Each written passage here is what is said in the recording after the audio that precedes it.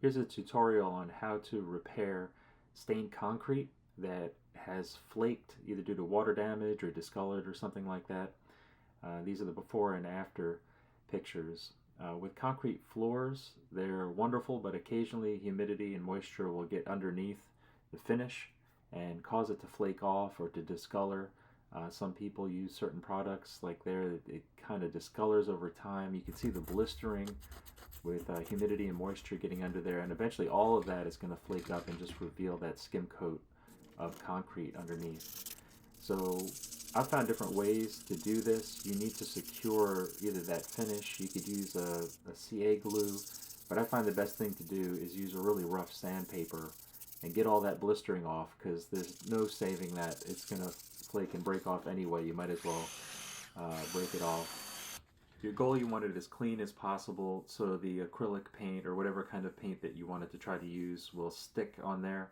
I find that using your fingers, you'll find a lot more imperfections than using your eyes.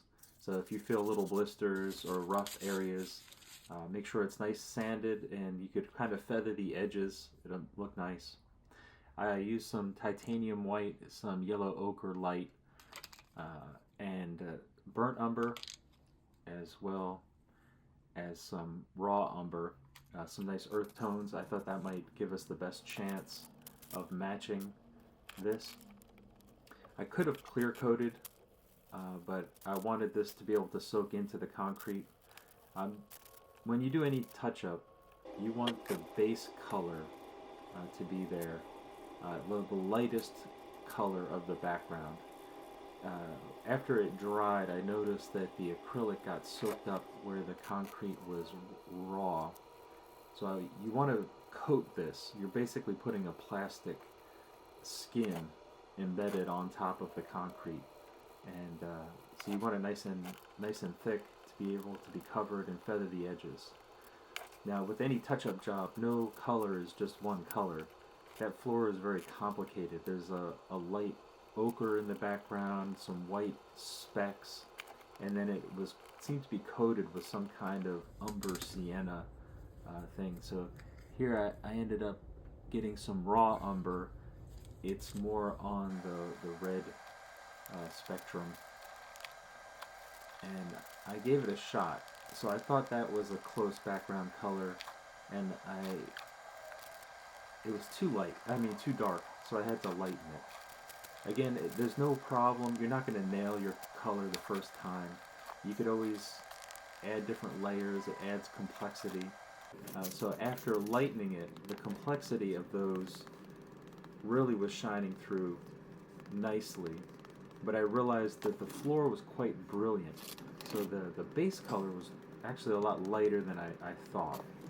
So this was really close. Like if you look at just the little yellow specks, ochre specks, I got it. So I wanted to clear coat it. Always use a mask, because this water clear acrylic or any kind of acrylic or vinyl sealer will work. Once you get that base coat down, you want to seal it so that way you can work on top of that and it won't pull up. But use that mask with a vapor cartridge, because it'll get you high and then you can't think clearly. Yeah, just with some umber and using a rubber sponge and patting it on there, really did well. I added some sienna. There was some kind of redder highlights, and that really kind of did the trick. I was pretty happy with that. So after it dried, to seal it, you can seal it one direction and then another. Even though it looked pretty good, there was some lighter flecks that kind of just pleased the eye that I found in the other areas of the floor. So just by adding a little bit more variation, now that's like 3 or 4 layers of color, those little highlights made a big difference. I just sealed them in twice, third time, because otherwise it's just acrylic paint on the floor and it'll come up. But once you seal it, 3 or 4 coats of acrylic, it'll protect it better than the rest of your floor. So there's my setup. I recommend a box fan extracting all of those fumes. Now, if this is your floor or for a client, you know that they're going to call you back to repair their floors. Save those colors. or write it down somewhere. You keep it in your set, so when you come, you don't have to reinvent the wheel. So there it is, finished. It actually looks better than brand new. Once they mop the floor, it'll look, the sheen will blend in. You could adjust the sheen a little bit with some steel wool if you wanted to, or you could mist it with a matter. But look at the nice complex coloring. I mean, it matches the rest of the floor pretty perfect. You would never notice that. So yeah, the complexity of that worked out nice. So there's the before and after. Thanks for watching. If you like this, give it a thumbs up or subscribe, and it'll encourage me to make some more. Hope it works for you.